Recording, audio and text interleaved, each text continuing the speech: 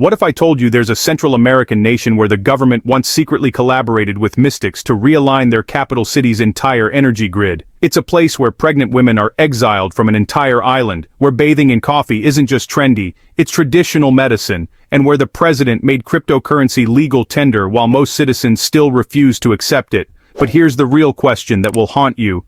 In a country that was once the murder capital of the world, how did El Salvador become safer than most American cities almost overnight? And at what cost? Welcome to El Salvador, a land of contradictions, ancient superstitions, and modern experiments. What you're about to discover will challenge everything you thought you knew about freedom, safety, and the price of progress. One of these facts is completely fabricated. Can you spot the lie before the end? Let's begin. Number 15. The government consulted mystics to redesign the capital. This sounds like an urban legend, but it actually transpired. Back in 2006, while El Salvador was developing a comprehensive national urban strategy, whispers began circulating through the country's expert planning community. The government had invited a delegation of Chinese feng shui consultants to provide guidance on regional development initiatives. According to numerous unofficial accounts frequently repeated at local planning conferences, these Eastern energy specialists recommended reorienting San Salvador's developmental axis toward the southeast. The goal: to channel economic prosperity, dispel the lingering shadows of civil war, and unlock new commercial opportunities. And remarkably, officials took it seriously. When details of this plan surfaced, Salvadoran media outlets initially dismissed it as superstition disguised as policy.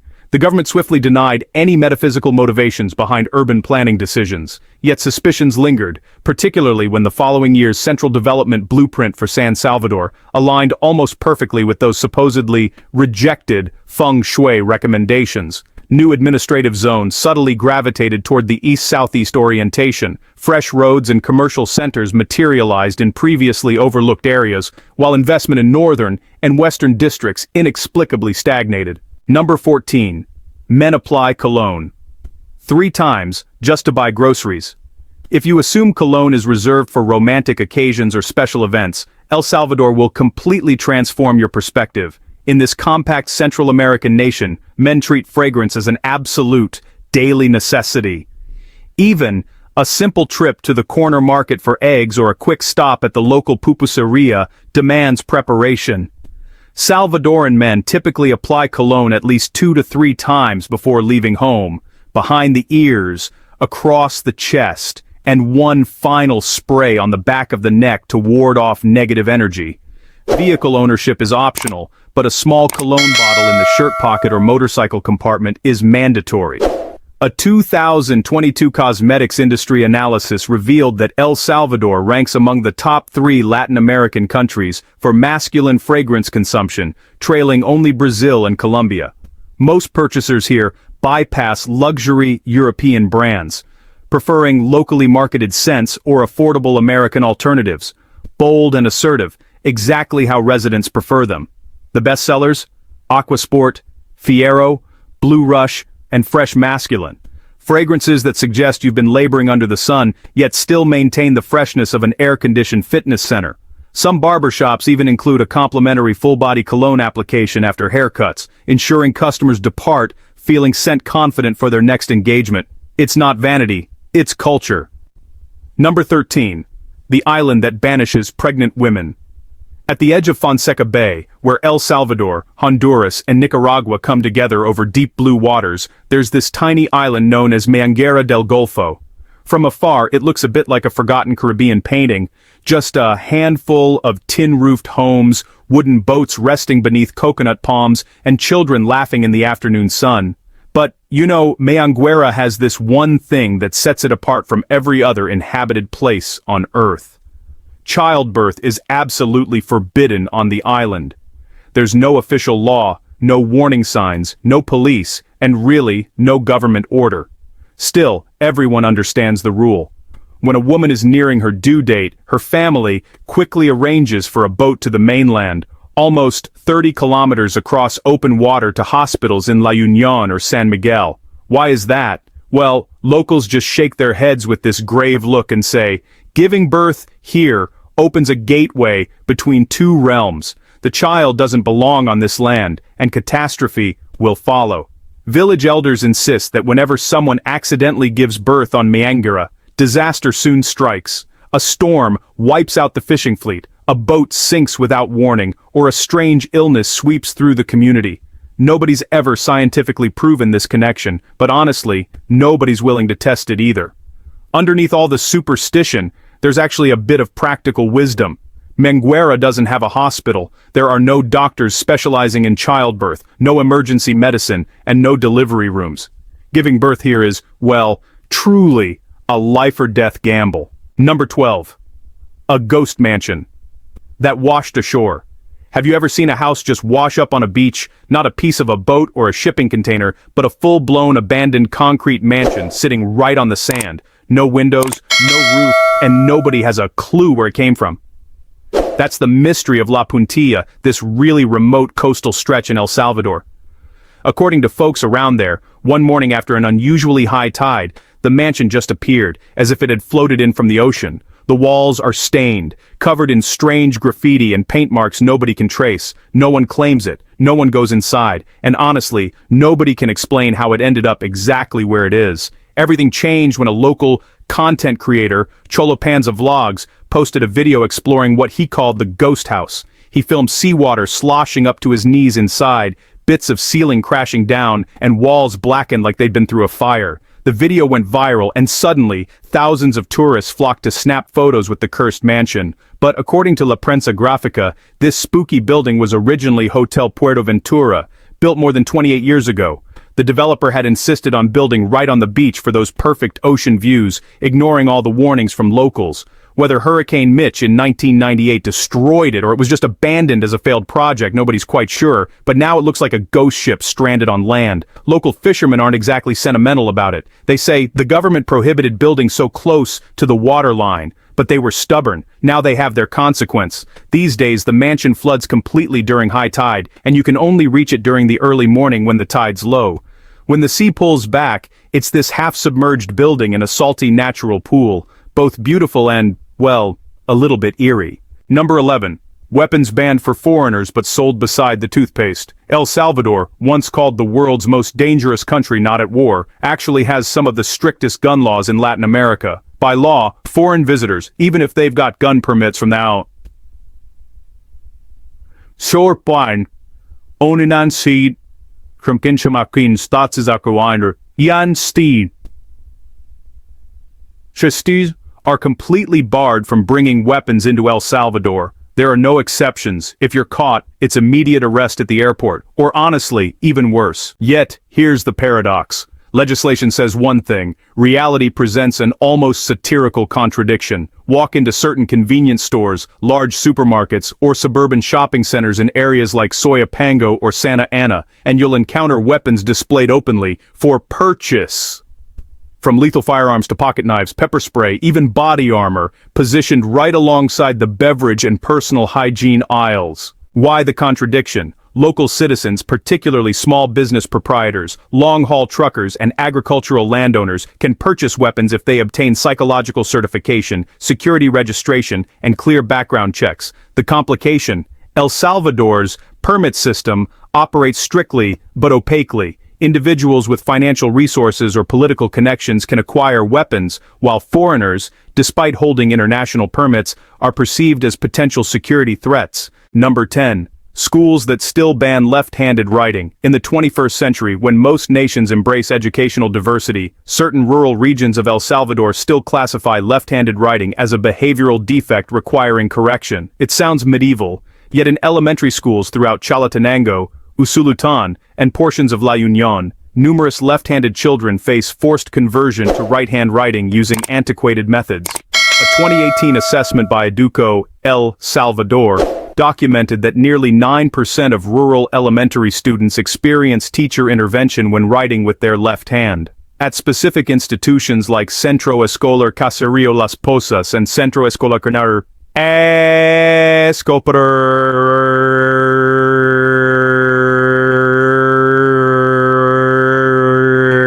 El Tablon, parents reported children had their left hands bound with fabric or pens confiscated unless they switched hands.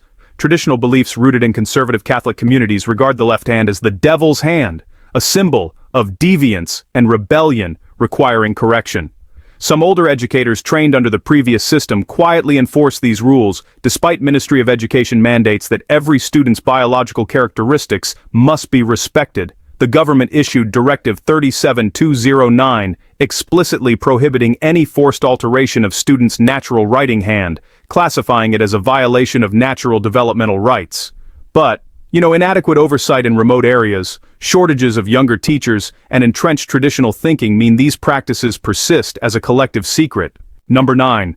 The only Central American nation without railways. El Salvador stands as the sole Central American country without a functioning railway system, while neighboring nations like Guatemala and Honduras preserved at least one train line since colonial times.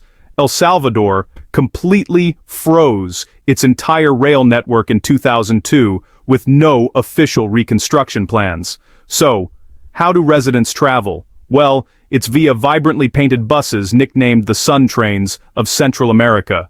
Welcome to the realm of camionitas, or chicken buses, public transportation converted from retired American school buses, painted in extravagant colors like mobile murals. Each bus constitutes a rolling artwork. The front might feature the Virgin Mary, the rear a football team emblem, the sides crimson flames or angels with crosses. Inside you'll encounter drivers blasting salsa music, rosaries suspended from the rearview mirror, and miniature battery-powered fans mounted by the steering wheel. The fare has barely fluctuated in decades, approximately 25 to 35 cents per journey, making it the foundation of working-class mobility. But don't anticipate tranquility.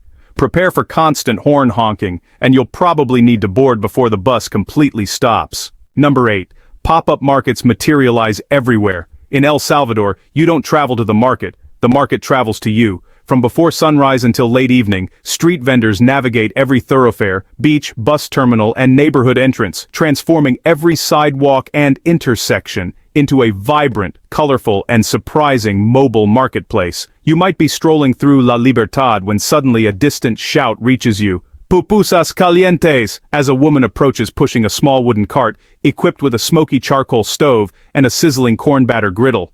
In major cities like San Salvador or Santa Tecla, these signless markets operate on their own schedules. Mornings bring bread and robust, black coffee. Lunchtime delivers soup and boxed rice. Evenings illuminate with grilled corn, iced milk beverages, and freshly sliced fruit. Still, amid this charming chaos, foreigners should exercise caution.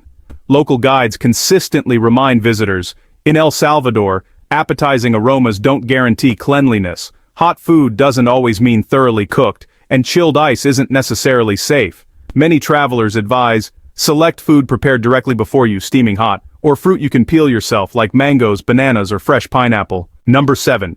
Bitcoin is legal tender, yet nobody actually uses it. In 2021, the financial world reacted with shock when El Salvador declared Bitcoin legal tender, equivalent to the United States dollar. From a nation recognized for gang violence and coffee exports, El Salvador suddenly catapulted onto the digital technology map, becoming a destination for cryptocurrency investors and travelers with cold wallets. President Nayib Bukele, nicknamed the digital player by locals, not only enacted the legislation but also launched a national electronic wallet called Chivo. Every citizen who registered received $30 in BTC to commence their crypto journey. The government even installed hundreds of Bitcoin ATMs throughout the country, from supermarkets and post offices to sports stadiums, but reality fell dramatically short of expectations. By late 2022, merely 14% of businesses actually accepted Bitcoin. Most people, particularly in rural communities, converted their BTC to dollars immediately upon receiving it. Why? Too complicated, too volatile. In daily life, the US dollar remains supreme. From coconut water on the beach to long-distance bus fares, street markets, pupusa shops, and convenience stores all operate with cash, sometimes even refusing large denomination bills like 50s or hundreds. Number 6. Criminals could trade prison for monastery life. During the early 1990s, El Salvador's correctional facilities suffered severe overcrowding. Then emerged a humanitarian yet bizarre solution. If you committed a minor offense and demonstrated genuine remorse, you could attend a monastery instead of serving jail time. You read that correctly.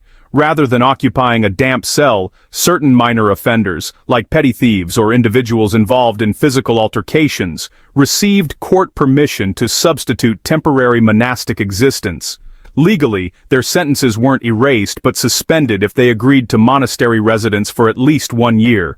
Monasteries essentially became low-budget rehabilitation retreats for minor criminals where you simply performed odd jobs, maintained the gardens, studied religious texts, and in exchange received 3 complimentary meals, hot water for bathing, and nobody inquired about your past.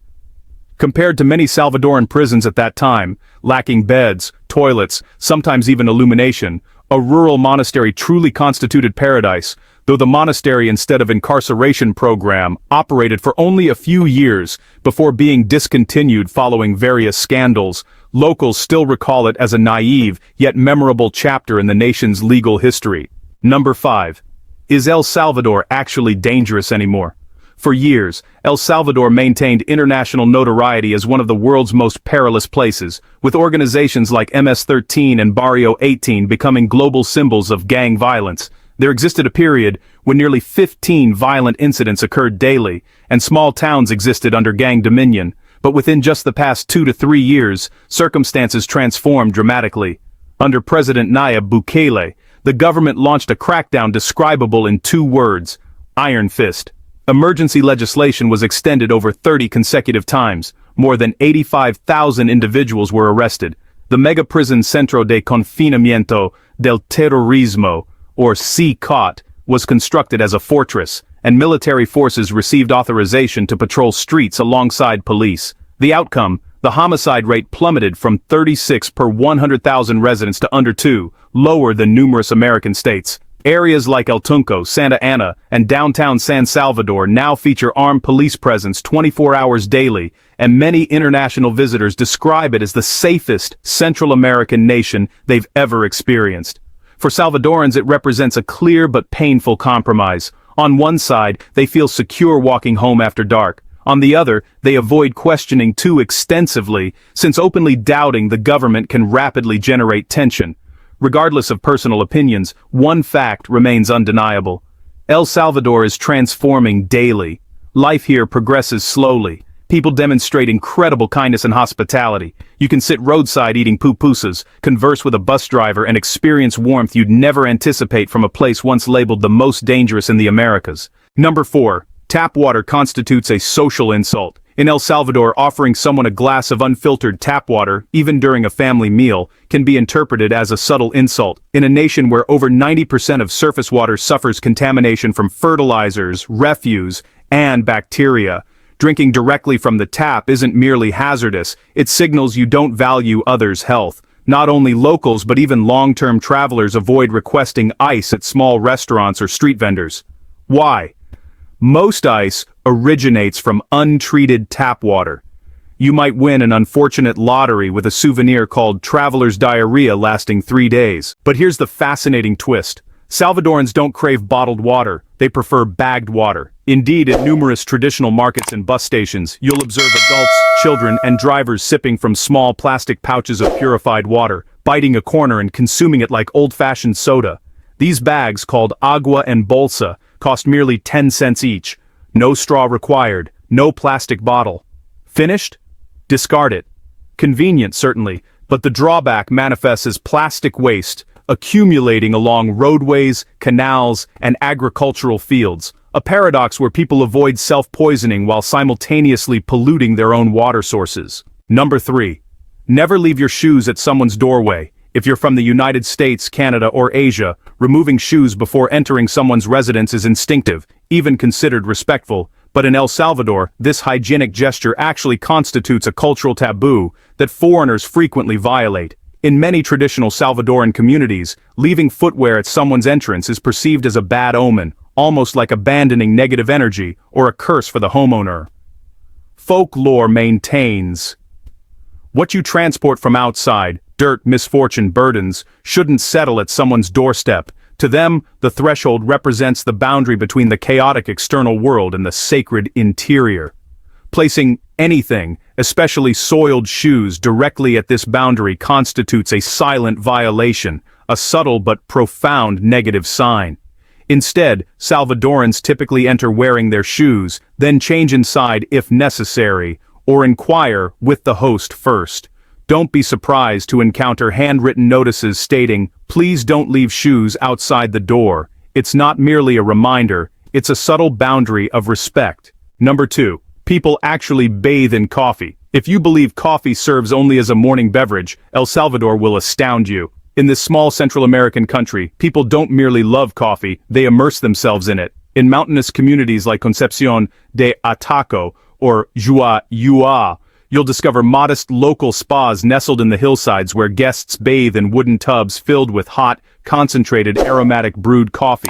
Salvadorans believe the chlorogenic acids in coffee exfoliate dead skin, brighten complexion, firm muscles, and elevate your spirit. It's not mere rhetoric. They genuinely believe coffee can wash away exhaustion. You'll witness locals applying coffee grounds to their faces, hands, and backs, not as a tourist gimmick, but as an almost sacred ritual.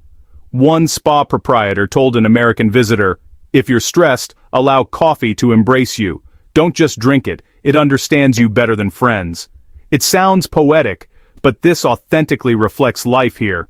Coffee isn't simply a beverage, it's therapy, a symbol, a source of national pride.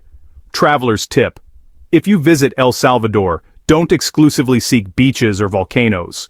Try a small mountain spa where they play wind sounds and rooster calls instead of meditation music, and soak in a dark brown coffee bath. Breathe deeply and feel the pulse of the entire country flowing around you. Here's a strange truth that's rarely discussed. During the 1970s, El Salvador quietly suppressed English to the extent that, in some places, officials actually refused to issue birth certificates for children with names that sounded, well, too foreign. If parents tried to register a child as Kevin, Ashley, or Jonathan, officials might frown and suggest they pick a Spanish name instead, like Jose, Maria, or Carmen. There was no written law banning English names outright, but this no American names rule became an unspoken policy in certain regions. It really reflected post-war xenophobia and a kind of cultural protectionism. It wasn't talked about openly, but everyone sort of understood. If you named your child Brittany, people might assume she belonged in Hollywood, not San Salvador. Ironically, today's El Salvador is full of American-sounding names. You'll meet Brandons, Wendy's, Derek's, and even Yennifers. But, in reality, most Salvadorans still don't speak English. According to statistics from 2023, only about 11% of Salvadorans can hold a basic conversation in English. And even in the tourism industry, fluent English speakers are pretty rare outside of upscale hotels and resorts. So, which fact was the lie? Did you spot it?